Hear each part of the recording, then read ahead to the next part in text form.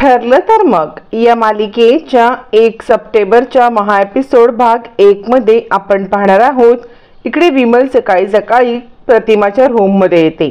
प्रतिमात्या कुठे आहात तुम्ही असं म्हणत ती पूर्ण रूम मध्ये प्रतिमाला शोधते, पण तिला प्रतिमा कुठेच दिसत नाही।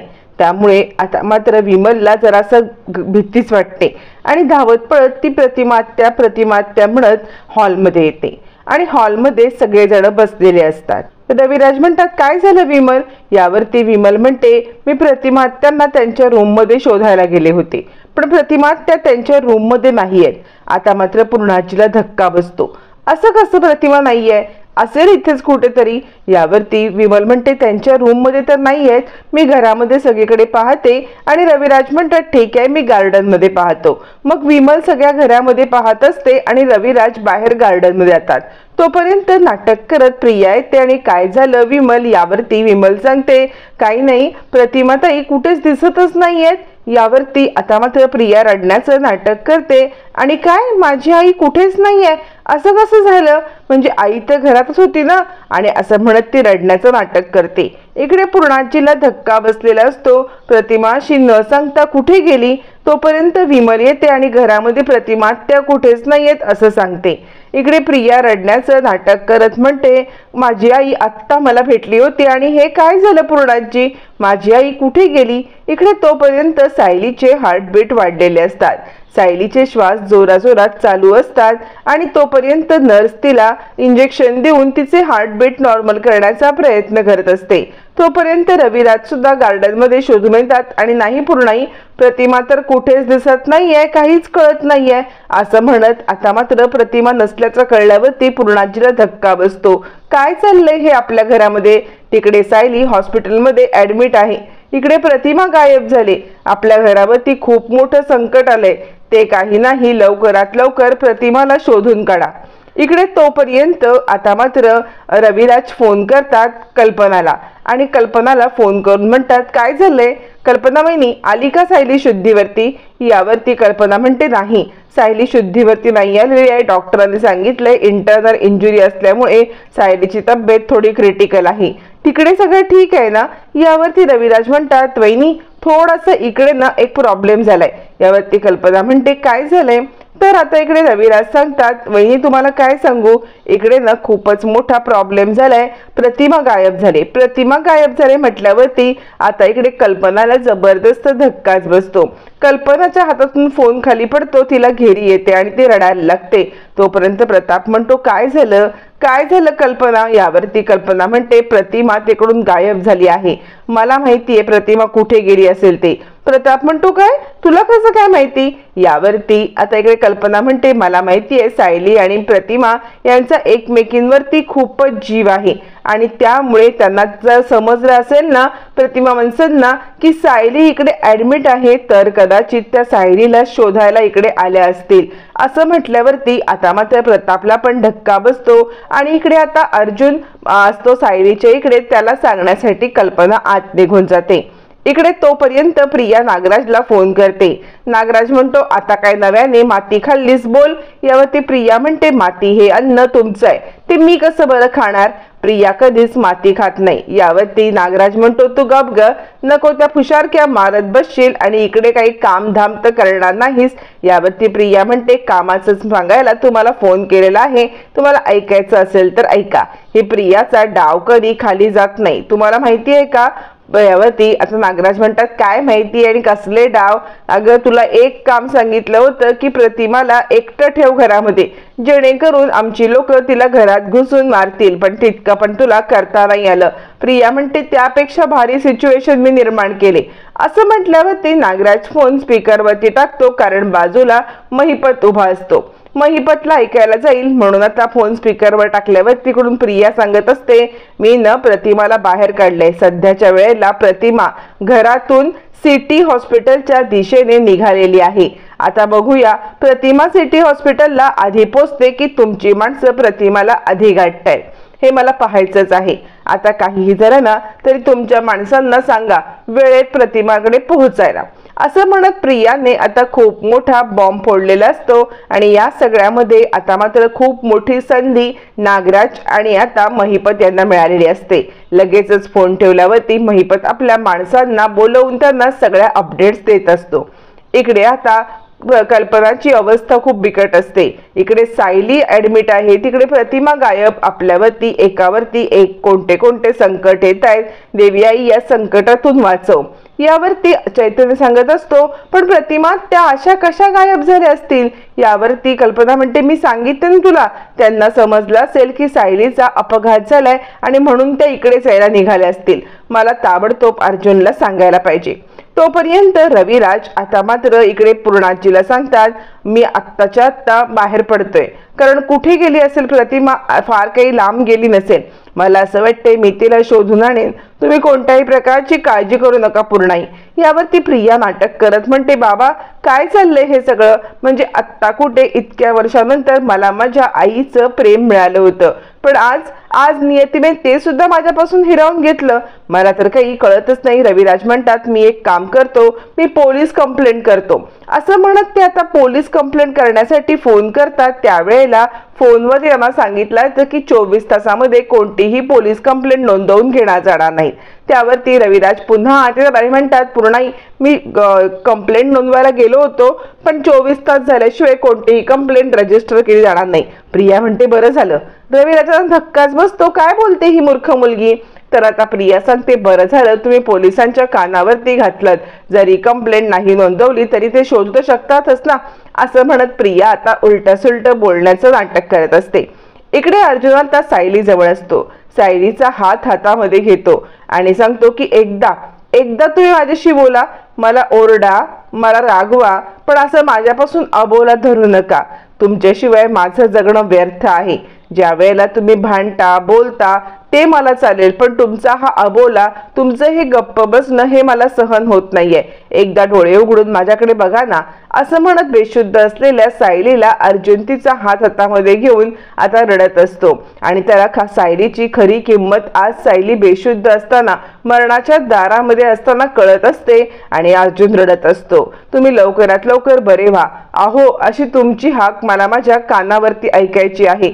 असं म्हणत अर्जुन सायलीला इमोशनली आवाहन करत असतो। तोपर्यंत अर्जुन आणि सायली जेव्हा रूम मध्ये असतात तिकडे आता धावत पळत येते ती म्हणजे कल्पना येते आणि आता त्याच वेळेला अर्जुन म्हणतो मम्मा काय झालं। त्यावर ते कल्पना म्हणते अर्जुन तुला काय सांगू, खूप मोठी गोष्ट घडली। अर्जुन म्हणतो मम्मा बोल ना, नक्की काय घडले, तू इतकी पॅनिक का झालेली आहेस। यावरती कल्पना म्हणते अर्जुन प्रतिमा गायब झाली म्हटल्यावरती अर्जुनला तर धक्का बसतोच, पण इकडे त्याहून जास्त धक्का मोठा बसतो तो म्हणजे सायलीला।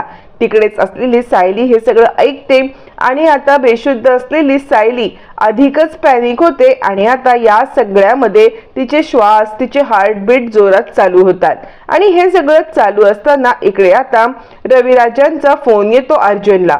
मग अर्जुन फोन घेतो आणि काय झालं, प्रतिमात्या सापडली का। यावरती अर्जुन म्हणतो प्रतिमात्याला शोधायला तू बाहेर पडलास का।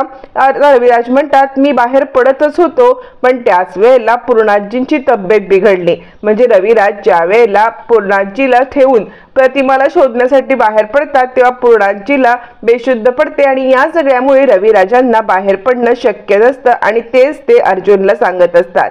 अर्जुन सांगत असतो तू चिंता करू नकोस, मी बाहेर जातो आणि प्रतिमा आत्याला शोधतो। असं म्हणत असतानाच इकडे आता प्रिया विचार करते या अर्जुनला मूर्खाला काय गरज होती तिकडे शोधण्याची। रविराज म्हणतात पूर्णाची तुम्ही काळजी करू नका, अर्जुन गेलेला आहे आणि अर्जुन काहीही करून प्रतिमाला शोधून काढेल, आपल्याला अर्जुनवरती विश्वास ठेवायला पाहिजे। प्रियाचं डोकंच फिरतं, हा अर्जुन मूर्ख आहे का, काय गरज पडली होती ह्याला या सगळ्यामध्ये प्रतिमाला शोधायला, आणि प्रतिमा जर का याला सापडली तर माझं काही खरं नाही। तोपर्यंत आता मात्र विमल सांगते, पूर्णाई तुम्ही शांत व्हा बरं. पण पूर्णाईचं डोकं काही चालत नसतं आणि त्यांची तब्येत बरी नसल्यामुळे रविराजांना काही बाहेर पडता येत नसतं. रविराज पूर्णाजीच्या इथेच तिची काळजी घेत असतात आणि आता ज्या वेळेला पूर्णाजीला समजतं की आता इकडे अर्जुन चाललेला आहे, पूर्णाजीला खूपच काळजी वाटते आणि आता पूर्णाजीची तब्येत बिघडते. रविराज म्हणतात, पूर्णाई काय होतंय तुम्हाला? आणि त्यामुळे रविराजाला बाहेर जाता येतच नाही. इकडे तोपर्यंत महिपत आणि आता नागराज यांनी त्यांच्या माणसांना फोन केलेला असतो आणि फोन करून त्यांच्या माणसांना आता मात्र इकडे सांगत असतात, हे बघ तुला फोटो पाठवतोय, काय ते अपडेट्स देतोय, लवकरात लवकर या सगळ्यामध्ये प्रतिमाचा केम झाला पाहिजे. नागराज म्हणतोय, तुझ्या माणसांना सांग या वेळेला जर खाली हात आलात ना तर गाठ माझ्याशी आहे. महिपत म्हणतोय, बघा जो सुरा घेऊन चाललात त्या सुराने प्रतिमाला संपवायचं आहे. फोटो तुम्हाला मोबाईलवरती पाठवला जाईल, त्या फोटोवरती तुम्ही आता तिला संपवायचं. इतकंच नाही तर तो सुरा नाही तर तुमच्याच पाठीत खूप बरं काय. जर का प्रतिमाला न संपवता खाली हाताने परत आलात तर या वेळेला कुणाला माफी मिळणार नाहीये. या वेळेला काहीही झालं तरी माझं काम झालंच पाहिजे असं म्हणत महिपत माणसांना धमकी देतो आणि तिचा फोटो पाठवलाय. ती हॉस्पिटलच्या दिशेने निघालेली आहे. सुभेदारांचं घर ते हॉस्पिटल या दरम्यान तुम्हाला ती कुठेतरी सापडेल. तिला शोधा आणि तिचा कायमचा कार्यक्रम करा असं म्हणत आता इकडे अपडेट मिळाल्यावरती महिपतची माणसं त्याच रोडवरती म्हणजे आता सुभेदारांचं घर ते सिटी हॉस्पिटल या रोडवरती प्रतिमाला शोधण्यासाठी फिरतात. प्रतिमा मात्र आता सिटी हॉस्पिटल जे एसटी स्टँडच्या बाजूला आहे तिकडे जात असते. तिला प्रियाने सांगितलेला ऍड्रेस प्रमाणे ती पुढे पुढे पुढे पुढे जात असते आणि त्याच वेळेला इकडे गुंड पाठलाग करत असतात. इकडे अर्जुन सायलीच्या इकडे असतो आणि सायलीची तब्येत बिघडते. सायलीची तब्येत बिघडते आणि आता अर्जुनला खूपच पॅनिक होतो. कल्पना म्हणते, काय झालं? सायलीची तब्येत अचानक का बिघडली? पण अर्जुनला कळालेलं असतं की सायलीची तब्येत का बिघडली, कारण हा जो सगळा तमाशा आहे तो सायलीच्या समोरच चालू असतो. प्रतिमा गायब झाले, ती घरात नाहीये, ती कुठेतरी निघून गेले, हे सगळं फोनवरचं बोलणं, कल्पनाचं बोलणं हे सगळं तिच्या समोरच चालू असतं. त्यामुळे तिला आता याचा त्रास होतो आणि तिचे हार्टबीट जोरात चालू होतात. अर्जुनला कळतं आणि अर्जुन आता डॉक्टरांना बोलवण्यासाठी कल्पनाला पाठवतो. कल्पना डॉक्टरांना बोलवण्यासाठी जाते. अर्जुन आता सायलीच्या डोक्यावरती हात ठेवतो आणि मिसेस सायली तुम्ही काळजी करू नका, प्रतिमा आत्यांच्या बद्दल तुम्हाला खूपच काळजी वाटत आहे ना, पण ती काळजी करू नका, कारण प्रतिमा आत्यांना शोधून मी घरी आणणार म्हणजे आणणार. तुम्ही कोणत्याही प्रकारे स्वतःला त्रास करून घेऊ नका. काहीही झालं तरी मी प्रतिमा आत्यांना सुखरूप घरी आणणार आणि हे माझं वचन आहे असं म्हटल्यावरती सायली थोडी शांत व्हायला लागते आणि अर्जुन म्हणतो, बघितलंस मम्मा, म्हणजे या अवस्थेत सुद्धा यांना स्वतःच नाही पडले, स्वतः इकडे मृत्यूच्या दारामध्ये झोपून आहेत, स्वतःला इतका त्रास होतोय पण तरी सुद्धा या सुद्धा सिच्युएशन मध्ये त्यांना प्रतिमा आत्याचीच काळजी आहे. प्रतिमा आत्या कुठे गेली, काय गेली हेच त्यांना वाटतं आहे. ज्या वेळेला मी त्यांना म्हटलं की मी प्रतिमा आत्याला शोधून काहीही करून आणेन त्याच वेळेला शांत झाल्या. मम्मा मला कळत पण नाही की या दोघींचं बॉन्डिंग असं काय आहे ते. यावरती कल्पना म्हणते, हो रे, आणि मला तर 100% खात्री आहे की प्रतिमाला कुठून तरी कळालेलं आहे की सायली आजारी आहे आणि प्रतिमाला ज्या वेळेला समजलं ना सायली आजारी आहे त्याच वेळेला ती तिकडून तडक निघालेली आहे सायलीला भेटायला. सायलीला भेटायला ती इकडे आली आणि इकडे सायलीला समजलं तेव्हा सायलीची तब्येत बिघडली.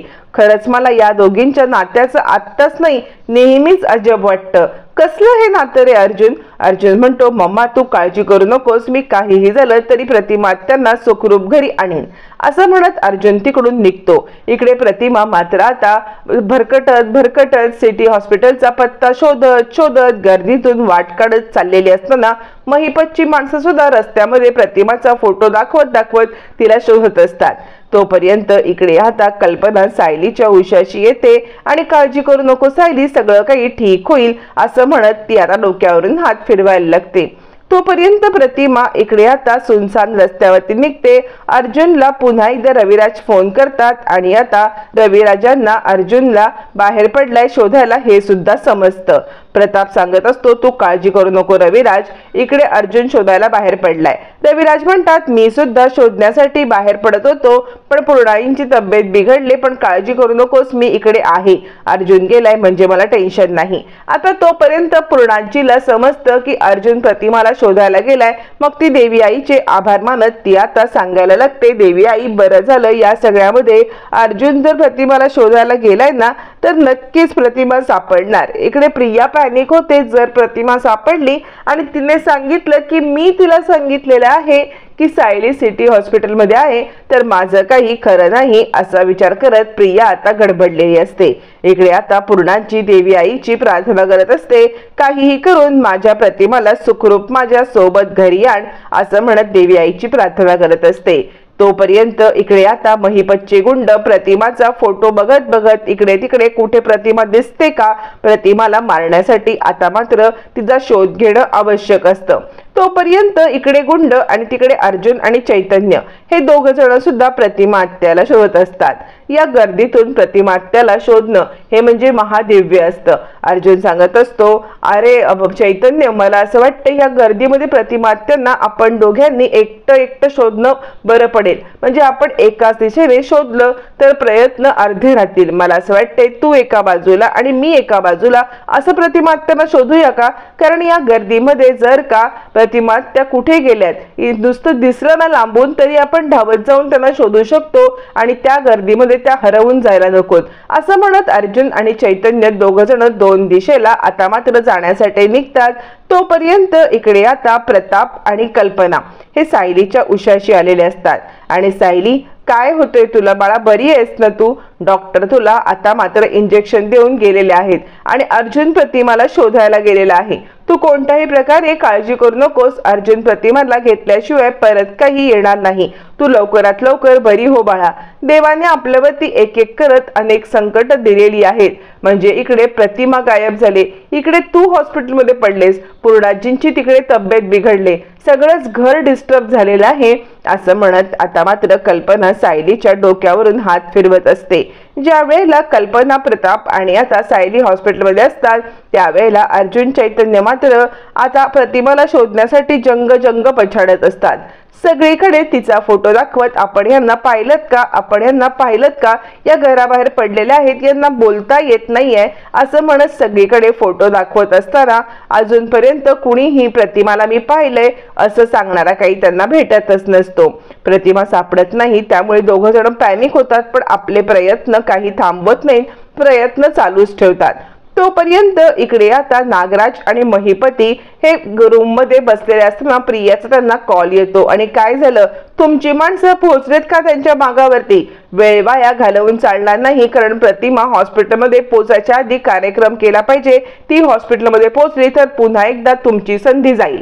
नागराज म्हणतो, बास करा, म्हणजे इतका काही फुशारक्या मारायची गरज नाहीये. तुला काय वाटलं दरवेळेला तुझ्यासारखे आमचे प्लॅन खाली होतात का? अगं तू दरवेळेला चुकतेस पण आम्ही नाही चुकत. महिपत म्हणतो, सांग तिला, एवढंसं कवडीमोल काम केलं म्हणून जास्त फुशारक्या मारू नकोस. यावरती प्रिया म्हणते, त्या महिपतला सांगा, मला सगळं ऐकायला येते, मला मागून टोमणे मारण्याची गरज नाहीये. महिपत म्हणतो, टोमणा कोण मारतोय? जे काय आहे ते तोंडावर बोलतोय आपण. लक्षात ठेव प्रिया, या वेळेला प्रतिमा संपली नाही ना तर तुझा कार्यक्रम मात्र नक्की आहे असं म्हणत महिपत प्रियालाच धमकी देतो. आणि आता नागराज म्हणतो, या वेळेला काही चान्सच नाहीये, काहीही झालं तरी तुझी माणसं तिला मारणार म्हणजे मारणार, कारण गर्दीचा फायदा घेऊन तिथे कुणाला काय कळतंय.